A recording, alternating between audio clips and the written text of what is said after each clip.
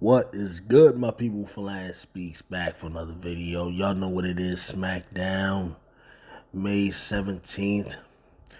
This episode was interesting to say the least. Start from the beginning, we have the Queen of the Ring match between Bianca Belair, the EST, against Tiffany Stratton, the center of the universe. My prediction was that Tiffany Stratton would take this. The telltale sign of it was Bianca Belair's knee, which was attacked repeatedly by her opponent last week. This leaves her a built-in excuse for them to go ahead and push Tiffany past her without her looking like she can't beat Tiffany.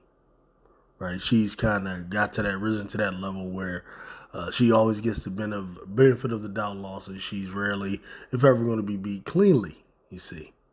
That's the status that she has right now. However, Tiffany Stratton fucked it all up.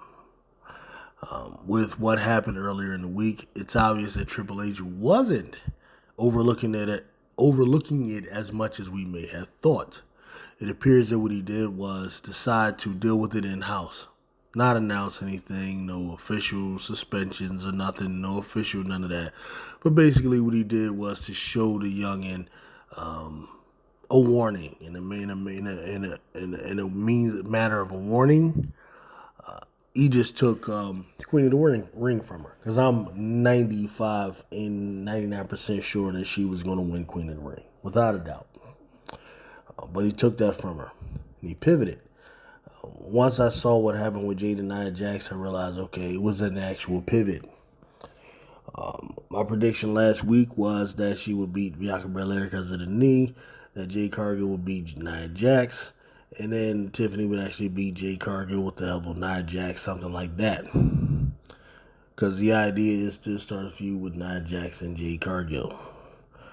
So he had to change the manner in which he would get there. And I think, all things considered, Triple H did a good job with this. It was the right move to probably do that with Tiffany, because what you want to do is make her more, you want your employees to be a little bit more careful with what they do. You see, it's the type of situation where him, as a, manager of a multi-billion-dollar company, he has to think about investors. He has to think about commercials. He has to think about a whole bunch of shit that, like, maybe just wrestling fans aren't thinking about. So with that, he sends her a warning, and that's what this was. He probably doesn't care if it was intentional, not intentional. None of that matters to him. All he knows is it's not a headache that he wants to deal with right now. So this is his way of giving her a warning. Probably told her, look, get your ass off of social media, and you're just not going to get Queen of the Ring. But she'll probably be in the play for Money in the Bank, or something like that, a title run in the future. And I think it would be near future more than anything. These types of things pretty much don't last long. So we get that. The other part of the Queen of the Ring, of course, was Nia Jax and Jade Cargill. The way that ended, I loved. But it was also confirmation that it was a pivot. Right. It first starts off with, it never was actually a wrestling match. It was just pretty much a fight. And I like fights. I don't mind those. And then Jay loses her cool. So they found a way here because I would have lost my shit at Jay won, and then you have to have Bianca and Jay next week. I would have lost my shit if they did that. So in my opinion, Triple H did a good idea, did a good move with that. Neither one of them takes a loss. It begins a feud for them. And then Nia Jax can go on and be Queen of the Ring, which she would be a good Queen of the Ring. Nia Jax is such an asshole. My favorite part of that match, oh man, was when she took Jade Cargill and threw her, outside the ring. And then Jade Cargill's daughter is like, Mommy! And then Nia Jax walks over to Jade Cargill's daughter and says, your mother sucks. I was dead when she did that. I was dead. That might have been my favorite part of the night. That was hilarious.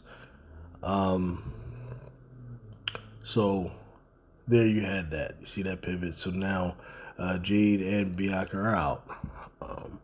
And they can go on and I guess let Nia Jax, either her or Lyra Valkyria, I think are the ones. It'll be out of them two to win. What else did we have? We had Tamatanga versus LA Knight. And he went with Tamatanga actually winning, which I kind of figured because when you consider the promo that Randy Orton did last week where he mentioned Tamatanga and how he's going to avenge Kevin Owens. And she's like, man, Kevin Owens, is he really hurt? But he wanted to avenge Kevin Owens. So that means that LA Knight had to be removed, which is kind of crazy when you think about it. But what I think they have other plans for LA Knight. He's not going to win King of the Ring. But what I do think they're going to do with LA Knight is they're going to start a feud with him and Logan Paul. That will probably be kicked off immediately after the King of the Ring thing. And I think LA Knight will be the one to take that belt from Logan Paul, that United States Championship. I believe that's what I see forthcoming. LA Knight did some good stuff tonight. I like his interactions with Carmelo. They were good. His interaction with Logan Paul, so on. Carmelo had a pretty good night. I'm starting to like that kid right there.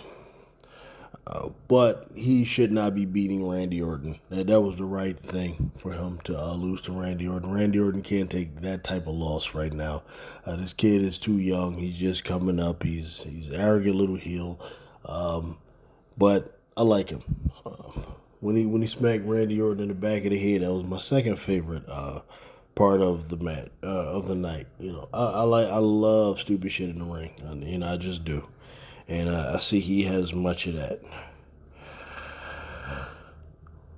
We also had,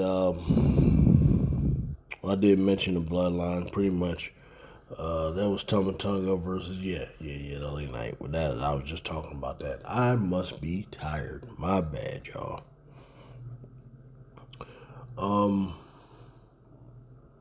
So, with regards to King in the Ring, I think Randy Orton advances, and I think they might actually. He's still my pick to win King of the Ring. I think it'll still be Randy Orton. Randy Orton will be the guy who gets to, because they just keep mentioning his resume too often, and in fact he's never King in the Ring. So that's just they'll add that to it, and that's fine.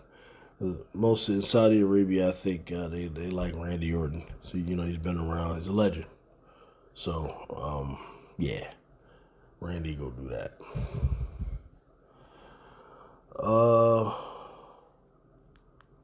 Let me see what else went on. Yeah, there were a couple other matches I didn't really care much about.